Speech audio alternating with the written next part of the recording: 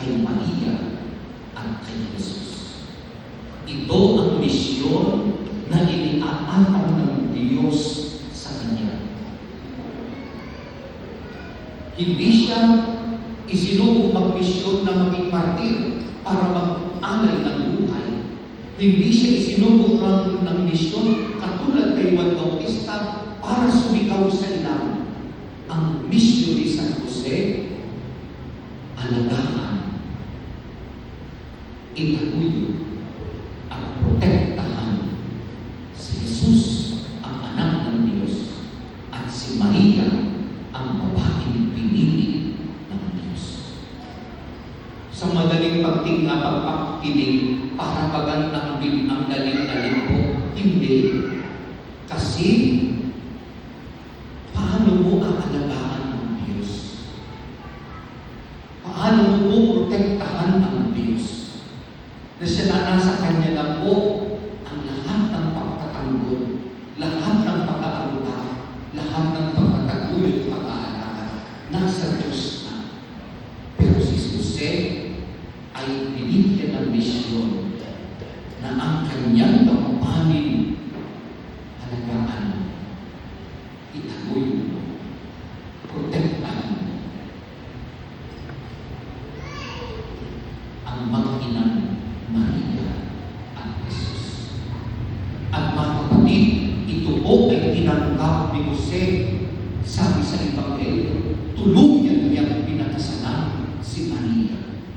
Tinanggap niya ang misyon at kanya pong pinanindigan ang responsibilidad na nakaatang sa kanyang misyon.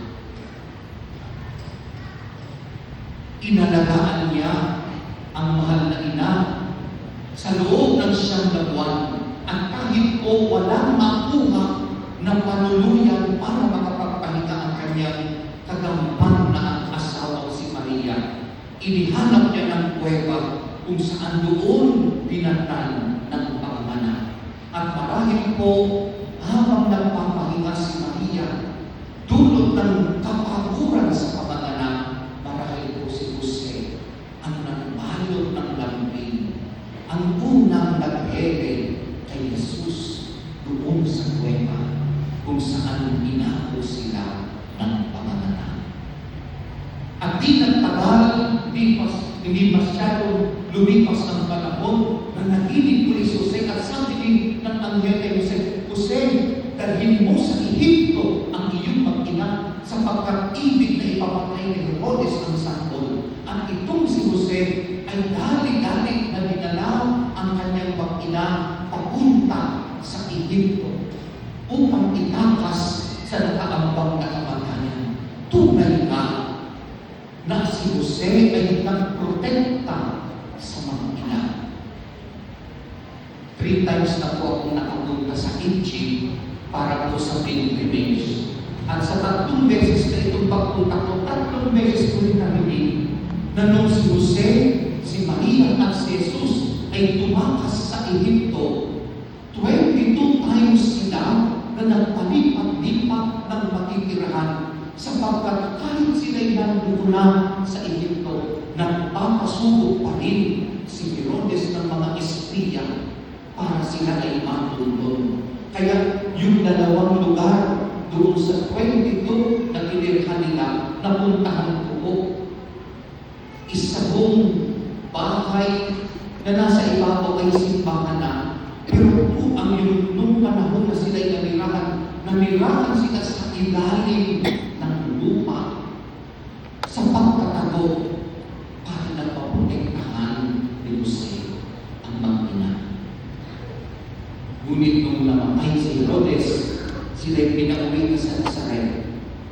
At pagkatuwang si Maria at si Jose, nang pinalaki si Jesus, tinuruan na maging karpintero, itinaguyo sapagkat si Jose ay naghanap buhay.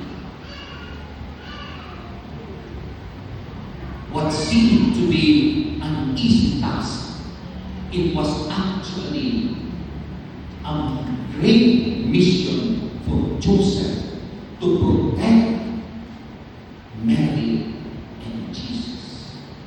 Kaya naman mga kapatid, kahit na napakaraming santo, ang Panginoon ay kanya pa rin ipinagkatiwala ang pamilya ni Jesus. At ang tinutukoy ko ay ang ating simbahang Katolika. Kay Jose pa rin ipinagkakatiwala ng Panginoon ang pagtatanggol sa pamilya ng Panginoon. Kaya tuwing March 19, ang piyesta po natin ay the solemnity of Saint Joseph, husband of Mary, protector of the universal Church. Tagapagtanggol ng simbahan sapagkat tried and tested na si Saint Joseph. Siya ay magaling magtanggol sapagkat nakaya niyang ipagtanggol ang Panginoon sa mga panganib na hinarap ng Sagrada Pamilya. Kaya mga kapatid, ngayon pong gabi, maganda po na ating bigyan pansin ang katauhan ni San Jose. Sapagkat ngayon, kung ating titignan ang larawan ni San Jose, kailangan ngayon ang halimbawa ni San Jose. Sapagkat maraming pamilya ang nalalagay sa panganib. Mag-boyfriend, nagmahalan, nabuntis ang girlfriend, mismong boyfriend pa ang magsasabing, ipalaglag mo yan. Walang-wala kay Saint Joseph. Imbes na siya na tatay ang magtanggol sa buhay ng sanggol, siya pa ngayon ang nag-uudyok sa babae na ipapatay mo yung anak natin iyan.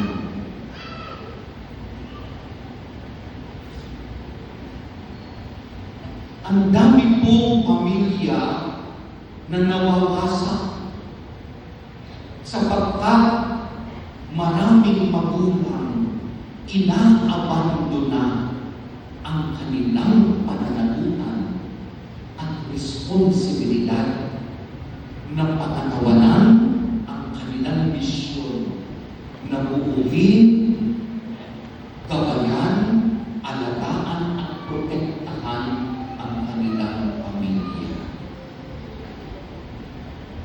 It's just so unfortunate na maraming magulang ang gusto lang sarap, pero yung manindigan sa kanilang pananagutan parang tinatalikuran. I would like to emphasize sapagkat sa ito po ay nagdaan lang na October na balita po ito sa DCWP. Nakikinig po ako at sabi po sa report, ang taas ng porsyento ng mga single parents sa ating bansa. I would like to repeat, napakataas ng porsyento ng single parents. Mas marami pa rin yung single mom, pero meron na rin mga single dad. No? Pero bakit ganoon? Bakit hindi maprotektahan ang buo? Alam niyo po, sabi po sa Ebanghelyo, ayaw ni Jose na mapahiya si Maria. Kaya tuluyan niyang pinakasalan si Maria. Sabi po doon sa report ng October tungkol sa single parents, maganda po na makita natin kung ano ang pinagdadaanan lalo na po ng mga single mothers na mayroon siyang karga-kargang anak, mayroon na siyang anak, pero wala siyang kapartner. Ano yung hiya na pinagdadaanan ng single mom? Na yung mga tao na minsan walang preno sa pag-iisip at pag maghusga, sasabihin yung nanay na may anak na walang asawa, naku, lumandig niya yan. Kawawa, mag-isang inilalaban ng nanay na buhayin ang anak, siya pa ang naghusgahan, lumandig. Pero ang totoo, mayroon po na dapat managutan, pero inapanan na. Kaya po ngayon, ang dami daw po sa ating dito, mga magulang, may sakit po na UTI. Umibig, tapos iniwan. Aray ko. Nagets ko ba? May UTI ako ah. Iinipin pala ito. Kasi masyado mo seryoso na. Para ba ulit ko rin ito? Ang dami po. UTI. Kaya mga single parents, at hindi natin alam kung ano yung araw-araw nilang kahihiyan sa buhay. At kung ako'y bago malipat po dito sa Carmona, nung ako'y nasa Amadeo, ako'y kasama sa mga chaplains ng Catholic schools. Kasi yung assignment ko sa Amadeo, may eskwelahan. Kaya na kami po ay binibigyan po kami ng conference o seminar. At ang isang mga laman ng counseling ay yung mga